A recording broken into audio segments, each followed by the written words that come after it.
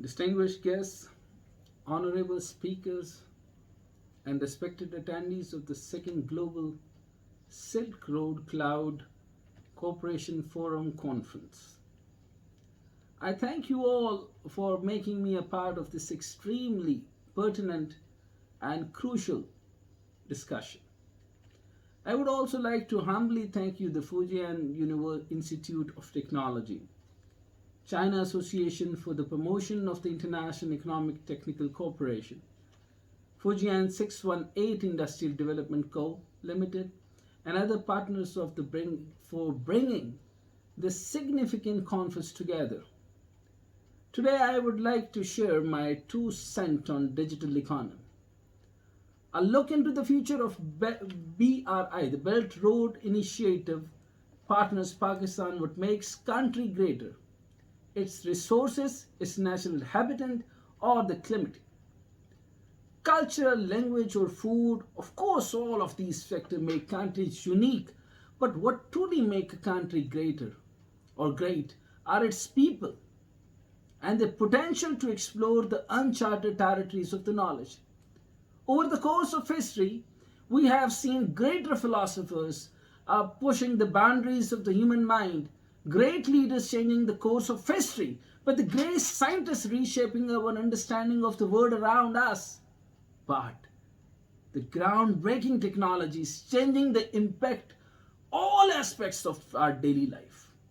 However, what makes the human race remarkable is its innate ability to work together to be inclusive in your individuality and make the best use of our unique strength together. The Belt and Road Initiative is undoubtedly one of the best modern day examples of this human greatness. The groundbreaking technology and our collectiveness, the Belt and Road Initiative is also one of the best examples how one vision can bring 146 countries. I mean, it started from 60 countries. When I was there in China 4 years back, it's just 69 countries. Now it is 146 countries in their quest of economic prosperity. Share the knowledge and human development with the technology partners like Japan, Germany, Russia, United Kingdom, and Singapore. It is the developed country like Pakistan that will be massively benefit from the magnanimous project. BRI projects have benefited Pakistanis through the job creation, improved livelihood, eradicating poverty. Eradicating poverty is the most important thing. Ungrading remote areas, infrastructure development, and energy upgrades, which helped us and changed the economic, social, and industrial landscape of Pakistan.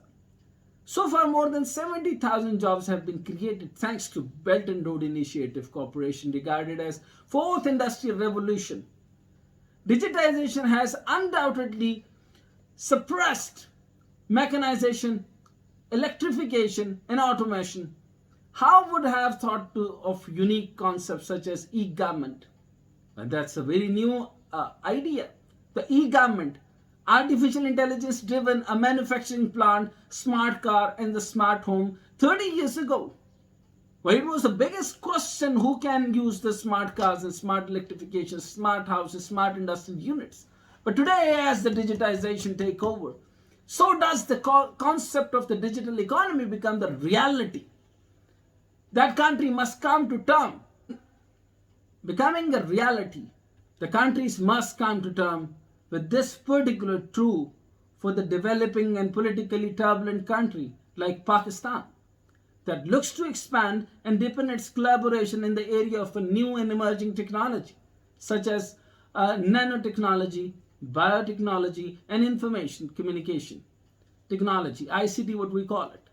On the one spectrum, we have immensely talented IT professionals, budding tech startups, and the billion-dollar IT industry. On the other side, we lack understanding and expertise in the boosting IT sector. Growing Pakistan's IT export have grown from $2.1 billion and to approximately $3.5 billion this fiscal year, which indicates its growth potential according to the Economic Survey of Pakistan 2020 to 2021. IT and related services had the highest growth rate of any industry in the region.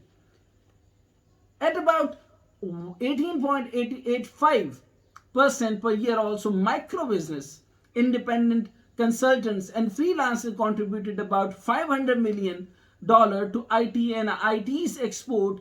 The industry made more than 1 billion in the domestic sales. Perhaps I'm not going into the a competition. I'm not going into the differentials because of course where the India is on the $150 billion, and Pakistan just about the $1 billion, but it has a great potential. Actually, it was on the $2 billion, but it has the potential if there is a policy persistency, which is not there in Pakistan. But I'm going through the yes, IT has a real potential in Pakistan. Now, according to the survey, IT export remittance in the sector like telecommunication and the computer IT service grew by 41.39% from the July to Feb, and the 1.29 billion up from 918 million during the same time in fiscal year 20. Government policies that make things easier have helped make this growth possible. At the moment, Pakistan is the fourth fastest growing market for the freelancers in the world. The country is known for making software outsourcing business processes BPO and providing IT related services on the business on the freelance basis. Some of the biggest challenges facing Pakistan is IT growth, and the security problem, the political instability, inconsistent policies, and the lack of understanding between the government and the public. It is just not the problem of G to G. It is the problem between the government and the public. It is the internal issue, of course. And of course, China is very much concerned about it. China wanted to have a very best partner of the Pakistan. But yes, Pakistan, before G to G, government to government association, there must be some liaison, synchronization, linkages between the public to public or public to government. Now, moving on, the government and the public institution that continues to slow down the sector.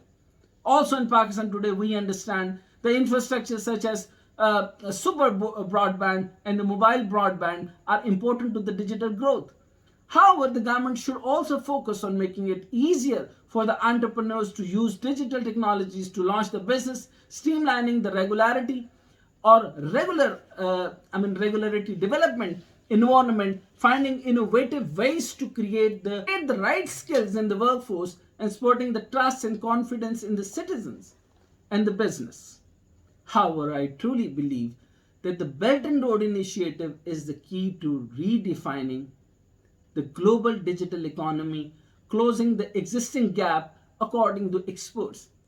To close existing gaps, the world will need to invest about $3.7 trillion or 4.1% of the global annual GDP a year into the infrastructure from 2017 to 2035. And 54% of this fund can be attributed to the need of the Asia. However, there is a projected shortfall of 5.5 trillion of infrastructure spending globally between 2017 and 2035. And this further varies regionally with the Pakistan and the China. Exemplary relationship, we can learn immensely from these technology. Savvy technology. Second part of my discussion will be focused on what need to be done in order to ensure that we, our BRI partners, are able to leverage, benefit from each other's strengths and boost the digital economic framework. Across the Belt and Road Initiative, promoting the digital markets, one, industrial or the traditional industry line continue to blur. Governments need to focus on the promoting consumer while working with the business to learn about new business model and the skill they need. And they figure out how to have the control the new market and to create the running enterprise digitally. Both public and private business must strive to put digital at the center of their strategy and to transform every part of their operations, including research and development, supply chain, to ensure using of the cloud analytics in the customer relationship management, what we call it CRM. The technologies, companies, government should use digital technologies more to improve key business processes rather than just automating them. This would make them more efficient and productive. Sourcing, the second important part of my discussion would be sourcing input. Using digital technology to make key factors of production like land, capital, talent, plant, and property more accessible will increase productivity and lower cost. Now, the industrial internet of the things will speed up the digitalization of the supply chain even more. This because the projects will communicate with each other and with the people of improved process or to create new hybrid products and service. Fostering enablers infrastructure like the superb broadband and the mobile broadband are still important for the digital growth. But the government should also focus on the making it easier for the entrepreneurs and to use the digital technologies to start the businesses and streamlining the regularity environment, finding new ways to teach the right skills to workforce, and building trust, confidence in both citizen and the business. Now, focusing on the citizen, the business, all of the above and more similar strategies will help Pakistan improve its status. Among the rising digital economies of the world, today we've seen Pakistan taking baby step toward the digitization and ranked 56 out of 100 countries and 24 out of 26 Asian countries due to the low level of the digital literacy and the poor quality network. As a representative of Pakistan, I want all the respected members in today's conference to also learn about the potential Pakistan's digital landscape hold. The mobile phone is at the center of Pakistan move toward the digitization. As we all understand, the digital economies are made up of many different parts: high-speed internet access, digital identity, and framework. The platform with the many sites are building blockers of the good digital citizenship, rich digital lifestyle, and the global digital commerce. Back in 2018, the total economic contribution made by the mobile ecosystem was approximately $16.7 billion, which was equivalent to 5.4% of the GDP of the country. It predicts that by the 2023, the economic contribution from the mobile industry will be 24 billion, and this will account for 6.6% of the GDP of the country. The Pakistan National Development Plan and progress toward becoming a digital society are built around the mobile, as mobile help to close the connectivity gap, increase financial inclusion, and the transform a vertical in a way that it's sustainable as a part of the fourth industrial revolution and the industry 4.0. The Pakistan places a lot of importance on the mobile sector, and this importance is growing. It is an important part of the economy and is changing how the economy and the changing people, business, and the government bodies work and interact with the GDP growth slowly and population growth, the job, taxes, and productivity gains created by the digital ecosystem will be crucial to Pakistan's economy and society's health in the future. How mobile and ICT are important for the national growth? Between 2014 and 18, Pakistan had an average annual GDP growth rate of more than 5% of 5%. As a part of the 12th five-year development plan, the government wants the economy to grow an average of 5.4 between 2018 to 23. It plans to do this by focusing on the industrialization and regional investment and trade. But the economy grew by only 3.3% in the fiscal year that ended in June 2019, which was the lowest rate in the 9 years. The government has admitted that the growth rate global of the 4% for the current year is unlikely to be met, since the population growth by 2% every year. GDP per person is growing at an even slower rate. So the mobile ecosystem, and especially operators, plays an increasingly important role in GDP growth. The dear member of the conference, job creation, tax revenue, and driving productivity gains in a primary sector like agriculture and manufacturing, we can fairly understand the potential of Pakistan's landscape through the Google Commission's Commission report named Unlocking Pakistan Digital Potential, the Economic Opportunities of the Digital Transformation, and Google's contribution of the stated, if fully leveraged by 2030, digital technologies could create up to Pak rupees like 9.7 trillion and the USD 59.7 billion in economic value. This is equivalent to about 19% of the country's GDP in 2020, according to the report about Pakistan's e-commerce policy framework released by the Ministry of Commerce in September 2019. There are over 3.2 million SME units in Pakistan, accounting for 98% of all the enterprise employing nearly 78% of the non-agriculture labor force in Pakistan, contributing more than 30% to the Pakistan GDP, GDP of the 21%. Well, e-commerce served as an opportunity to the bringing SME, which is very close to my heart, which is it resonates from China. This is my personal vision and opinion about the small medium enterprise into the mainstream and connect them with the international market through the digital scale, roads as well as Chinese Pakistani online marketplace such as Alibaba and Draz. Therefore, I believe in the absolute critical for the global tech giants to give Pakistan a chance and explore its untapped potential. Simultaneously, I would urge the policymakers in the country to introduce more business-friendly practice that encourage global investors. Our Belt and Road Initiative builds into the digital ecosystem is by allowing the developing country like Pakistan further push its boundaries and help the countries to fully capture their digital opportunity by acting as an engine of growth through the developing infrastructure to support the local tech ecosystem. Second, creating a conducive environment for the IT exports. And third is the promoting innovation and digital skill.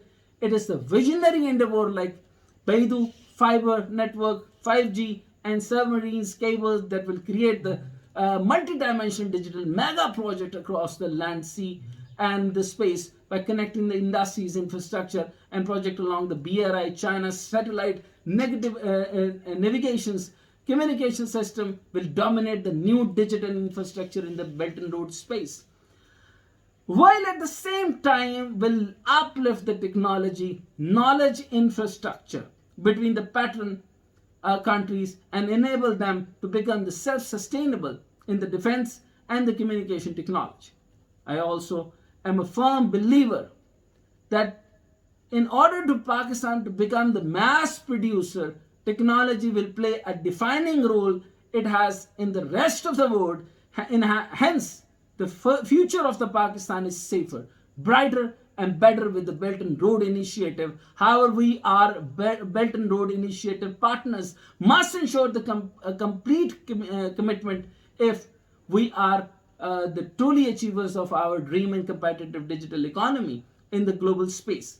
As I'm the one who have read so many articles, so many books, and my recent book is called Scrupulous, and that is a dedication to honorable President President Xi Jinping. And this book has a complete idea how Pakistan must have to replicate technological advancement and revolution from China, and how can we implement here in Pakistan. So, with all good words, with all better wishes, and as I tribute to President Xi with a big heart, of course, the China has considered us the best friend, Pathian. Thank you very much.